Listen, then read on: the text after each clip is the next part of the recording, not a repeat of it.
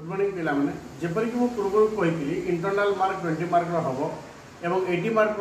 theory exam हम से संपर्क में विस्तृत विवरणी को नहीं council of higher secondary education Odisha एवं department of higher secondary education Odisha तरफ नोटिफिकेशन पूर्व होता आज समस्ते किभली से चिठी पाइपर एवं समस्ते किभली निजर इंटरनल एसेसमेंट पोर्शन पाइपर जानीपर जहाँकि एनुअल हायर सेकेंडरी एग्जामिनेशन बा बोर्ड एग्जाम रू एक्सक्लूड करा बाद दी से संपर्क में आउ थे samsodisha.gov.in वेबसाइट रे उपलब्ध होइछि किभली आम पाइपर